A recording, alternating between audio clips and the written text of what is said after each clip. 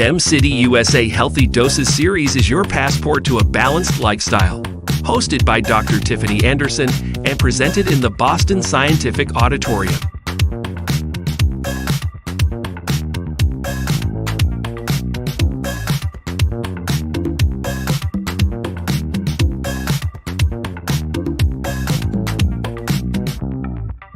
And now, Dr. Tiffany Anderson. Good morning and welcome to another episode of Healthy Doses. My name is Rayondon Kennedy and I am your STEM City Healthy Doses moderator. Healthy Doses is a show that we've created to give you the tips, tools, and resources that will allow you to be the best you possible. And the only way that you can be the best you is to have excellent mental health. And so I want to introduce you to our host, our expert of today's Healthy Doses, Dr. Tiffany Anderson. Morning, Tiff. Hey, Ray. Good morning, everyone. Thank you again for joining us for Healthy Doses. I am your host, Dr. Anderson, and today I will be covering procrastination, right? That is, again, we've been covering topics that are very familiar to the average person, right? We are human beings that have various emotions. So procrastination is one of those things that I deal with, one of the things that many of my clients, if not all my clients, deal with or have dealt with, including Ray. And we're going to talk a lot about that and what that looks like for both of us, right? And being transparent and just genuine in our just sharing, right, of our lived experiences and just letting folks know that they are not alone. And I feel like with this particular topic, it's just a reminder that we're all trying our best. And there's ways of doing that in with healthier awareness and more techniques. But ultimately, we are trying our best. And that's what makes procrastination so difficult, because that's how we feel, right? We're trying our best, and yet we may miss certain deadlines or wait to the last minute. So we're going to really get into that. So first, I want us to just start with thinking about the first word that comes to mind when we think of procrastination. All right, Ray, get your word. Think about it. Okay, think about that first word. Mm-hmm. Doc, I got several words. Got it? Okay. I'm the master procrastinator, so we gonna have a nice conversation. Oh yeah, we're gonna dive into it. So think about that word for you, right? That comes up. And then, right, what if I told you that the root cause of procrastination oftentimes isn't about establishing your goals, or it's because you're lacking a detailed Excel sheet, or because you haven't started a plan of action? What if I told you that that's not necessarily the root cause, right? Think about that. What could it be if those aren't the things you're lacking, right? Keep that in mind. So when we come back from these messages from our sponsors, we're going to dive right into procrastination.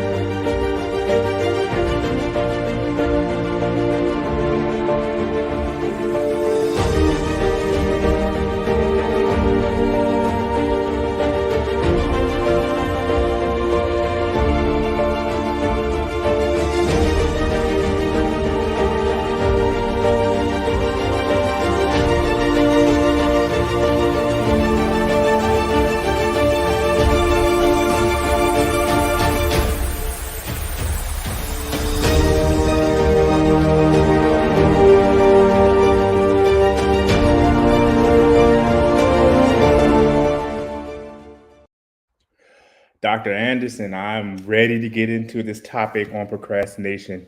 But real quick, before we jump back into the conversation, to our viewers who are watching in the La Familia Health and Wellness Building on STEM City USA, I just want to remind you that there's a chat feature to the left-hand side of your screen.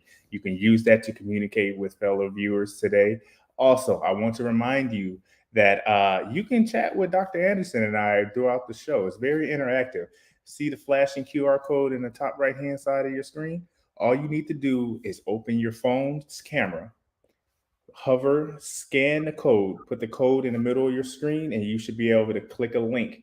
That link will take you to an anonymous page where you can insert questions, you can insert tips.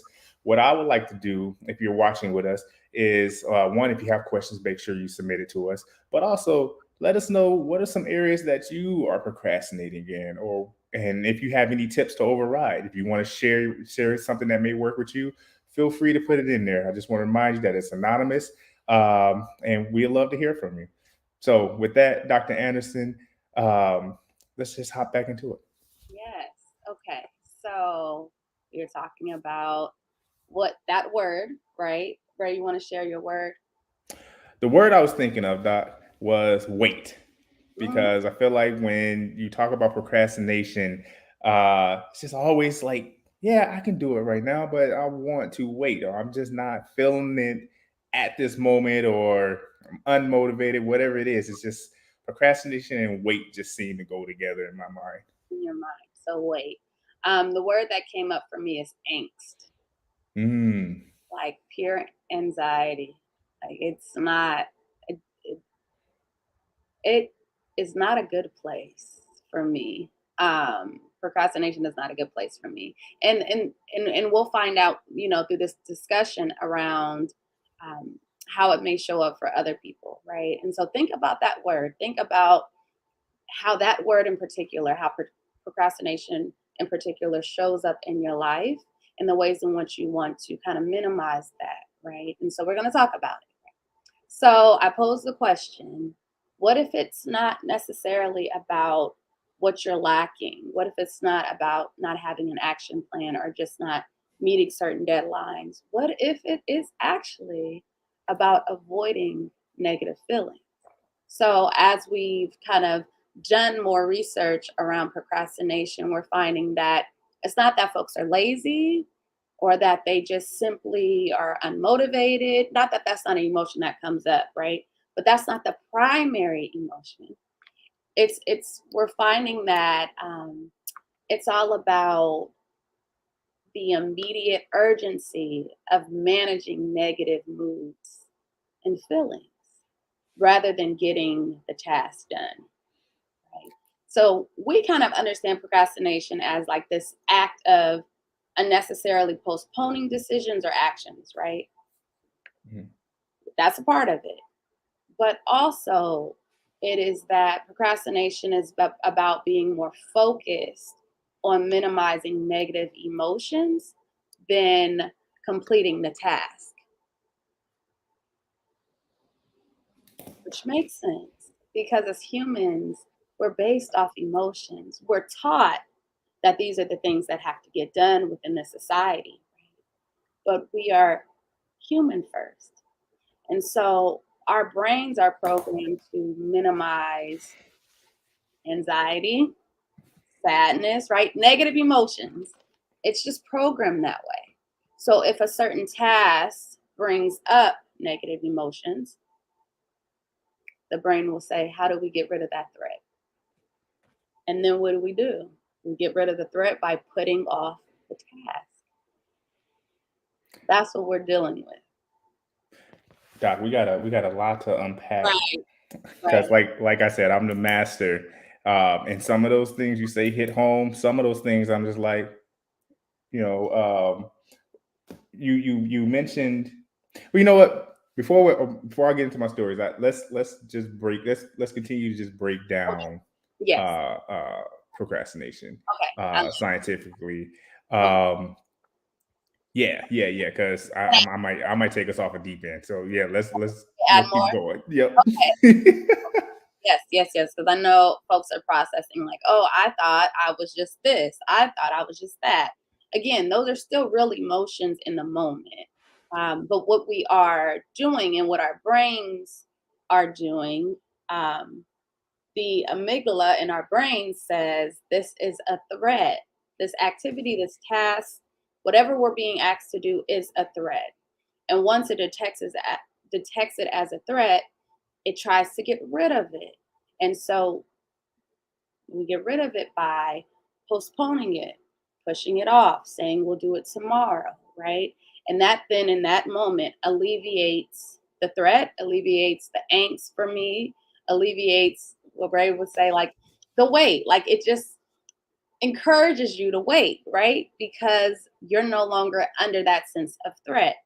And so this is why procrastination is such a cycle for so many of us, because when we wait, when we alleviate the angst, then our brain says it's a reward. Does that make sense? It processes it, oh, this is a reward. So when I experience the unpleasant emotions, I put it off. I'm rewarded for putting it off, right? Because then the emotions go away for the moment. And then it continues. The cycle continues. I eventually have to do it or don't do it. Once I finish that, I'm given another task. My brain then says threat. I put it off. I feel good. Ray, are you with me? I'm with you. I know. You're a little I'm waiting to test because I got some comeback. triggered there. We put it off, right? We feel good. We eventually do it. Some of us, some maybe not. No judgment one way or the other, right? We put it off, we eventually do it, and then another task comes. And that is why it's not a one-time behavior type thing, because we're rewarded in the process. Mhm. And that's what tricks us into doing it over and over and over again. So, Dr. Anderson, this is kind of where it's the anxiety part that's kind of tripping me up. And don't get me wrong, because a large part of things that I procrastinate on, there is anxiety attached to it, but it's not everything. Mhm. For example, I procrastinated today. I was supposed to take out the trash this morning.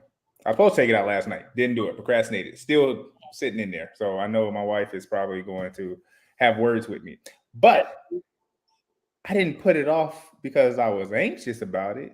Mhm. I just didn't want to do it or Mhm. do it at that moment. Mhm. And so I hear you saying anxiety, but how do you explain that? Is it just Mhm. laziness? Is it boredom? Like or is it a different form of anxiety that I'm not really interpreting at the Mhm. moment? Hear me when I say this. I experience it as anxiety. Everyone doesn't experience procrastination. Like anxiety may not come up for them. Yeah. It may be more imposter syndrome. Like I am not good enough to even complete the task. And we talked about imposter syndrome I'm not good enough to take out the trash. a few. So these are just examples. I mean, Messing with you, Doc. Go ahead. shoot, don't judge everyone. We don't know. But I'm just saying it can come up. And I'm going to go over just some of the things that come up. So that was a great question. Everyone is not going to experience anxiety or angst or depression around procrastination, but it is common. And a lot of people do once it becomes a cycle, right?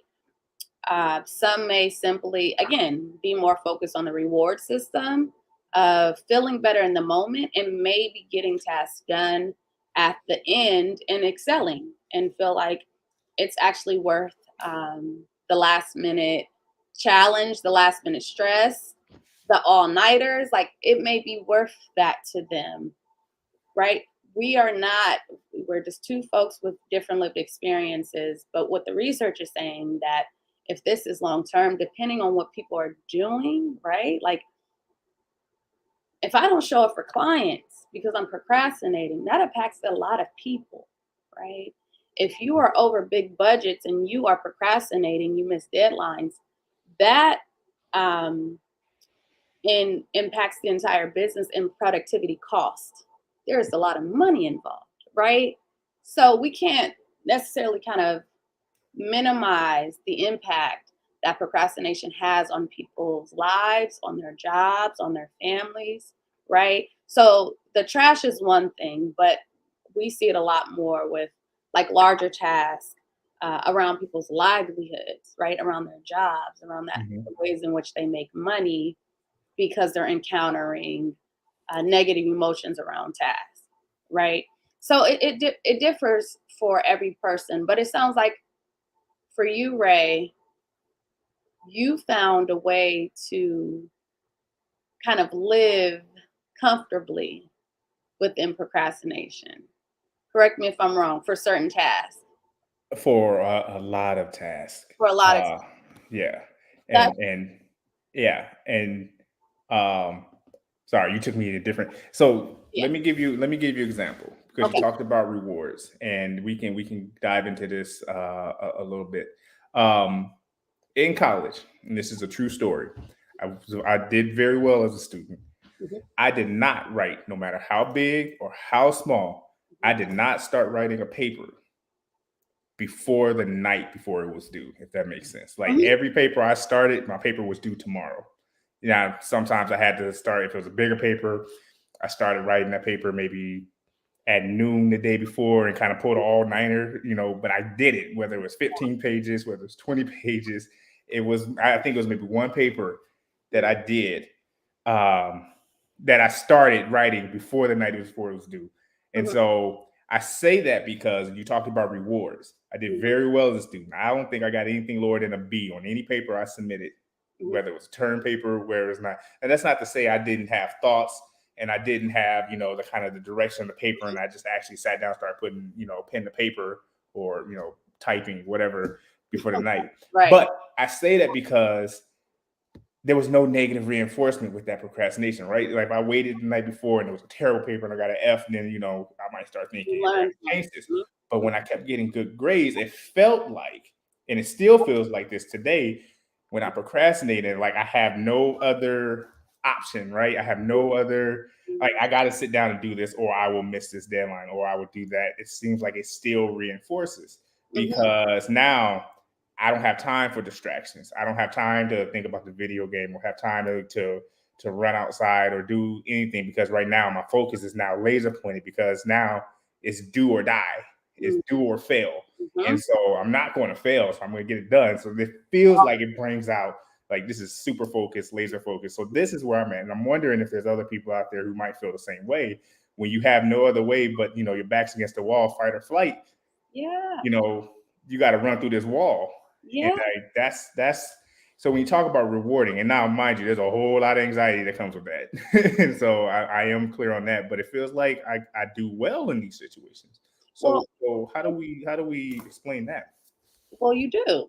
That's your reality. You do well. Many of us do well in high pressured situations, especially again when our livelihood is on the line, when our grades, when our degrees, when our jobs are on the line. So that I'm not surprised that folks do well. I've done well in hard, high pressured situations. That did not minimize my angst though. It does not mean it does not have negative long-term effects on our bodies because we perform.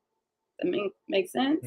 Mhm. And so again, I'm not explaining away that we are great, we perform well. I'm not explaining that away. Many of us are excellent, and we've learned how to live within certain systems. We learned how to excel in certain situations, right? However, the idea is really what we're talking about is this overall, like, what is procrastination? How does it show up? How do we minimize it as much as possible? Because for the folks that are not excelling at the end, or for the folks that are but are stressed out for 2 months until they get it done because they didn't start day one, they started at the last moment. Those are the folks that we're talking about, and I'll be honest with you, that's a lot of us. Go ahead. So, Dr. Anderson, I want to talk about those long-term effects, and then I also want to get into how do we break this cycle and how do we like start to cure or minimize our procrastination. But let's do that after our sponsored break from Boston Scientific, and then we'll be right back. Also, audience, I want to remind you, continue to scan the QR code in the top right corner. Send us your thoughts. What are some things you procrastinate with? What are some things that you're struggling with that you would like to help? Or if you have any any tips for on a topic. What helps you not procrastinate? Share that with us by scanning the QR code in the top right corner. We would love to hear from you. And if you have any other questions, please share. And we'll be right back after these messages.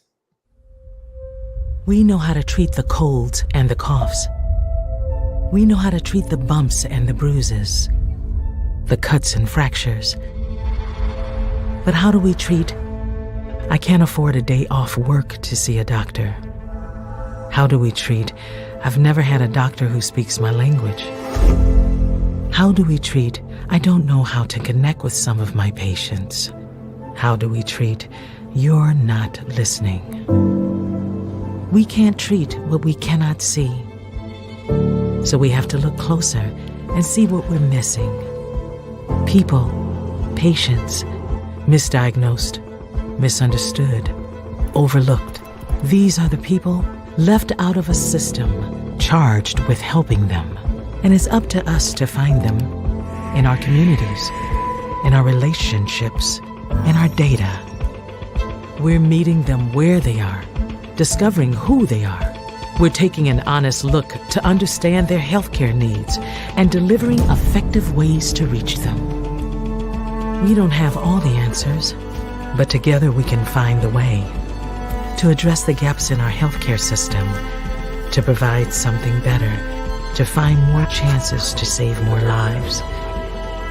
It won't be easy, but we can help make it right, because no one should be missed.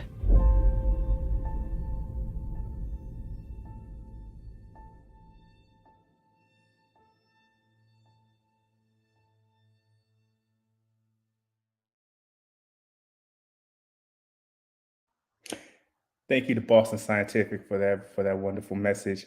We're gonna get right back into this conversation because I think it's a really good one.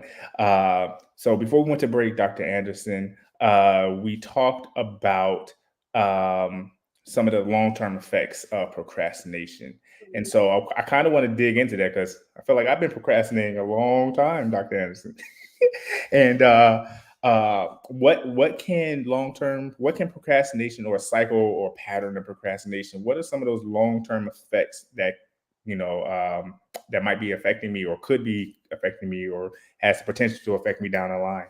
What are some of those long-term effects?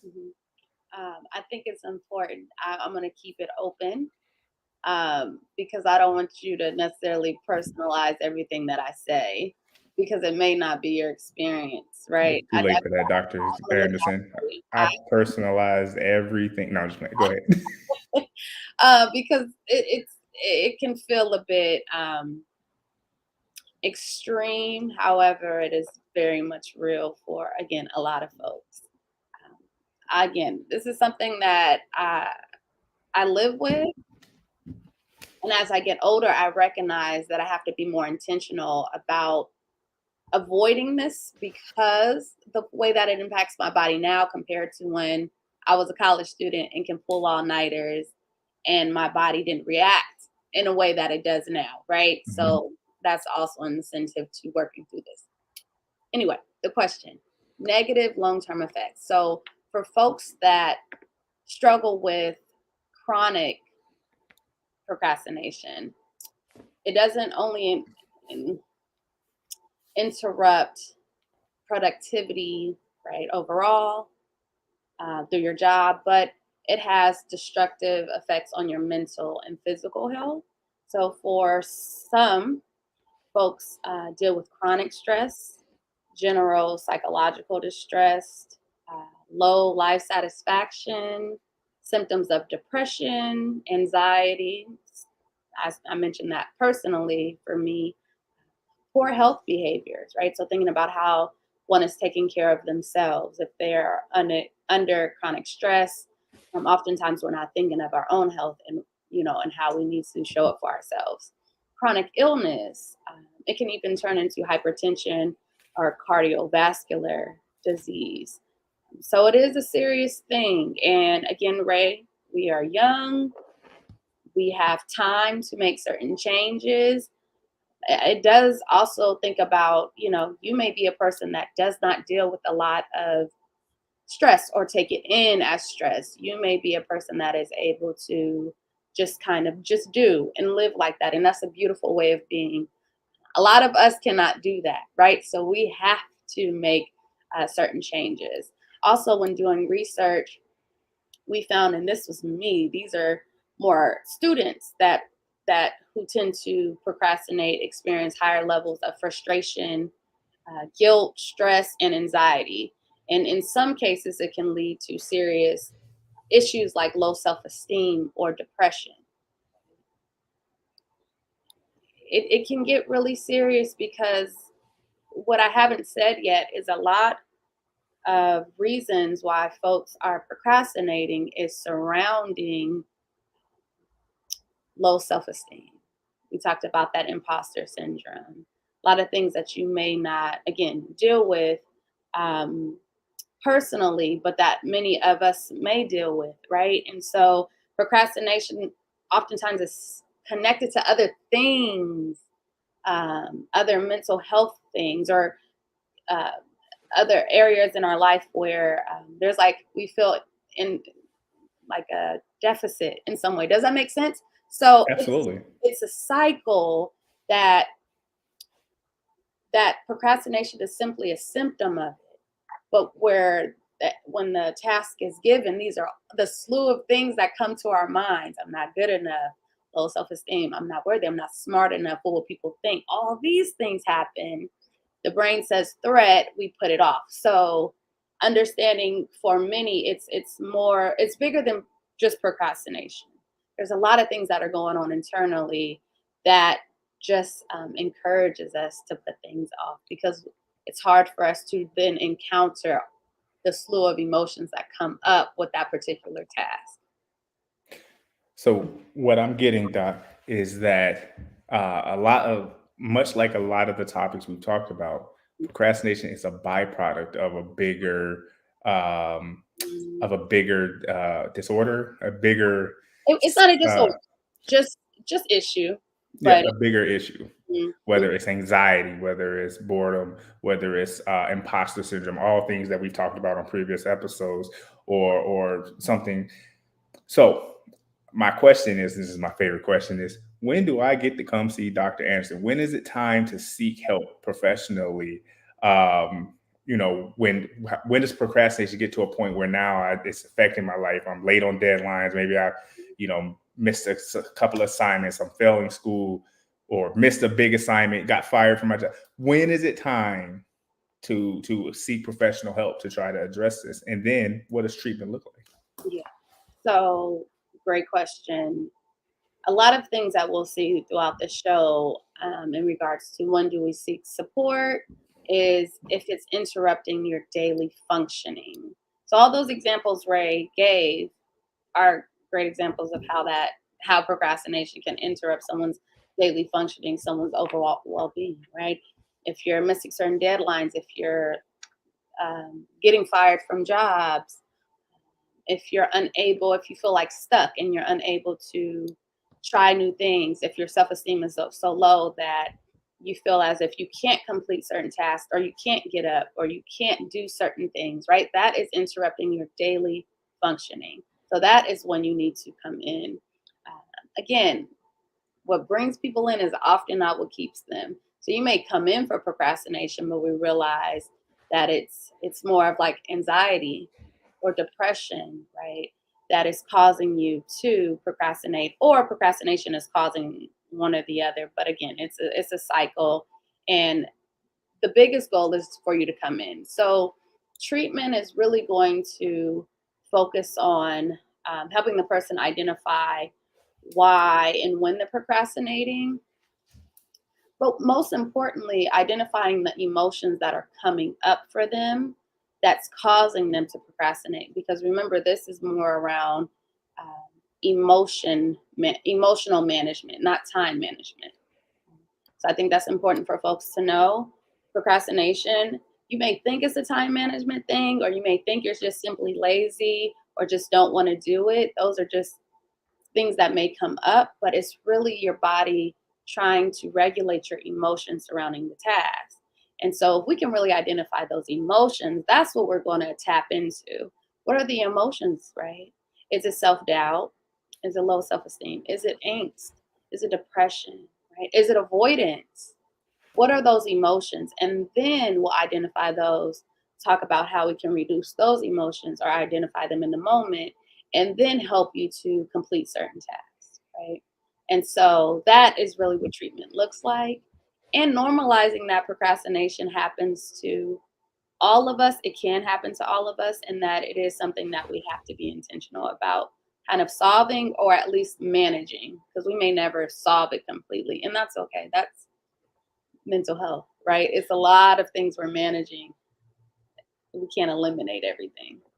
We're human. We feel, Well, that was one of my questions for later was, can we get rid of procrastination? Like, is there a plan or a thought process or behavior, modification to Mhm. eliminate procrastination from our daily, actions? Yeah. Sure. We can do a lot of things. The thing about procrastination is there are hundreds of alternatives to procrastinate. It's hard because there's so many other options that, I figure out how to do my therapy notes during sessions. Beautiful. That took me 2 years to figure out. Not that folks weren't doing it, I just didn't want to adjust. But, when we're thinking about tips, and I'm going to go into that, thinking about making the incentive bigger than avoidance. Right? So for me, I need to write that one down, Doc. yes, Making the incentive. bigger than the avoidance, because that's procrastination or ultimately just avoiding the task. So I had to so the incentive for me was less stress. It became bigger than procrastination because I was stressing so much that I couldn't take it anymore. And so doing my therapy notes with the client eliminated that stress. Oh my God, I loved it. I love it now. However, that's one thing out the way. I have so many other tasks. We have so many other tasks, right? So that's what makes it difficult, because I may be killing this one task, but the other one, I find that I may not procrastinate for a month, but I still put it off to the side next. So that's all I'm saying. I'm a realist. So I just want us to know that yes, you can eliminate procrastination, but it is a daily thing because we're hit with so many tasks every day, and we're constantly managing our emotions. And so if we are intentional about that and put certain actions in place, and we'll talk about those tips, then yes, you can. But just know that it is normal to run into other alternatives that are procrastination that you may not even realize it until later on. So, Dr. Anderson, let's get into the $1,000,000 question, which I'm Yes. sure a lot of our viewers who are watching is, what are these tips you were just talking about? How do we stop? Like, what can we do to minimize our procrastination behavior? Because I Are got my you pen ready. I'm ready to take some notes. I open? need Are help. you open? Oh, so these, Help. yeah. So the first few I'm going to talk about focus on the emotional response, because remember, it's emotional management, not time management, right? So we'll eventually get into some time stuff. But first, for many of us, when we procrastinate, there's an emotional response, right? So we have to find a better reward than avoidance. Remember, I was saying that? Um, so one that will relieve our challenging feelings in the present moment without causing harm to our future selves. And so I think this is worth saying. I learned this with the research, and then this may ring true for you and for many of us. So the way our brains work, very interesting. We're all about the present time, the present moment. We're all about now. Does that make sense?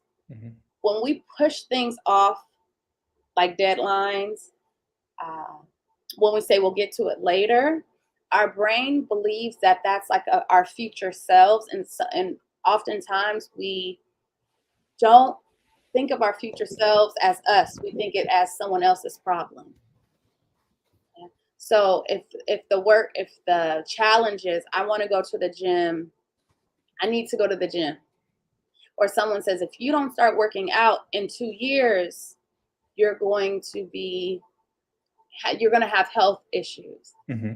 Our brains are processing that 2 years from now is a different person. It's their problem. Does that make sense? That's Absolutely. Now, because that future self has its own issues. The brain doesn't realize that's us in 2 years. Yeah. That's us. But that's not what the brain is processing now. And so that's another thing that's happening, and why we naturally put things off, and we feel good because our brains are like, that's not our problem. It is. Just throwing that out there. I thought that was helpful for me to know that we're just human. Our brains are just evolving in ways that we sometimes aren't ready for. But anywho, so first tip is in forgiving yourself in the moment when you begin to procrastinate. Mm-hmm. Forgive yourself. Because remember, that guilt, that comes up. Remember, I don't know if you feel like that, but the last day before you write a paper, we are so hard on ourselves. What are we doing? Beating ourselves up for waiting till the last minute. I did that a lot. Yes. Forgive yourself. Forgive yourself, okay? What we find with self-forgiveness is that we are forgiving ourselves for maladaptive behavior and able to move forward. So forgive yourself, right? Next, self-compassion, which is all about being kind to yourself when making mistakes. So our bodies and our brains were processing procrastination as a mistake because we know we could have done better, right? So studies show that self-compassion is associated with self-growth, and it does decrease psychological distress, which is a primary culprit for procrastination. So self-compassion is really important, okay? Next, we want to cultivate curiosity. So we may feel tempted to procrastinate naturally. You want to then bring attention to why you're feeling tempted, right? What are the emotions that are coming up for you that makes you want to procrastinate, right? You know, what's happening? What are your thoughts in the moment? Does it have an intensity from the 1 to 10? What does that look like? Is it a 1, which it may be for you, Ray? Is it a 10, which it may be for me, right? So identify the intensity. Is it going up? Is it going down? What is the sensations in your body, right? So you just want to cultivate curiosity just to know what's happening, so you can identify this is my process, this is my pattern, and I can do it differently. All right. Consider the next action. So focus on simply just the next step. Very small. Remember that future self that says, this ain't my problem, this is somebody else's. So we want to avoid that. So we want to just simply the next action, very small, and allow yourself to do that. Because what the research was saying is motivation follows action. So if we just start, we may kind of get into the rhythm, but we simply just want to start. Okay. Make your temptations less convenient. So if it's a social media thing, if it's eating snacks to distract yourself, don't eat near the refrigerator, right? Delete the apps off your phone. Make your temptations less convenient. Very, very, very important. So turn the TV off. Yes. Do not disturb and put in another room. Seriously, right? Mm-hmm. If you're always on your phone, get rid of that. So make it less convenient so you can actually follow through. A few more. This is when we want to start establishing those goals, right? That's kind of secondary. Once we identify these emotions, then we can start establishing goals, because that's also important, right? You want to define your goals as clearly as possible. I want to get fit. Not that's too vague and abstract. I need to go to the gym Monday, Wednesday, and Fridays at 5 a.m. for 30 minutes. These are the workouts. as specific and detailed as possible. That's how you establish goals, right? Figure out the nature of your procrastination problem. We kind of already talked about that, right? But identify those things. And then lastly, implement your plan of action. So monitor your progress and then refine the plan as you go along. So those are some steps that we can do to begin managing our procrastination. Doc, that was great. And that's what I think we've all been waiting for, is to really get those tips. So I'm gonna do a quick recap just for everybody, because you said a lot before we go ahead and go into our closing thoughts for today. And so tips on helping to reduce your procrastination is: one, forgive yourself in the moment of procrastination, right? You're here now, right? So you have to just forgive yourself. You got to have self-compassion. Or also in that forgiving, don't go back and think about all the opportunities that you had where you could have did this. We're here now. You just got to go forward. You got to have self-compassion. You got to be kind to yourself. You have to cultivate curiosity, really identify the source of this procrastination. Where is it coming from? What emotion is it? Is it pulling? Is it anxiety? Is it imposter syndrome? Is it lack of self-worth, or like whatever it is? Identify what that is, and then you start to consider the next steps. What are the next actions, right? Gotta eliminate your distractions, or eliminate whatever it is that's causing you to have this procrastination, right? Sometimes I like to lie to myself and say I like the TV on. No, TV is a distraction, because while I'm sitting here, I'm gonna be over here watching the game. And that game, you lost 10, 15 minutes that you could have, knocked out half a page by that point. And then once you've eliminated your temptations, you have to establish your goal and then create an action plan, and then do it. Implement your action plan. There you go. How's that sound, Doc? Beautiful. You did so well, Ray. And I hope you keep these for yourself, and that folks really take this into consideration, because what I think about is what I know personally is when we run into procrastination and we run into how it messes us up in the end, that's when we realize, oh, I should have did it a different way. So I just want to challenge folks that are excelling with procrastination, challenge you to just simply think about a different way to do it, because when it happens and our backs are against the wall and our livelihoods are against the wall, anything can interrupt that, right? Well, we can't meet that deadline. So I just want us to think about what our lives would look like if we actually took this a bit more seriously and implemented ways to reduce our procrastination. That's awesome. Dr. Anderson, any final thoughts that you want to leave the audience with? Anything before we wrap up today that you have for the audience? Yes.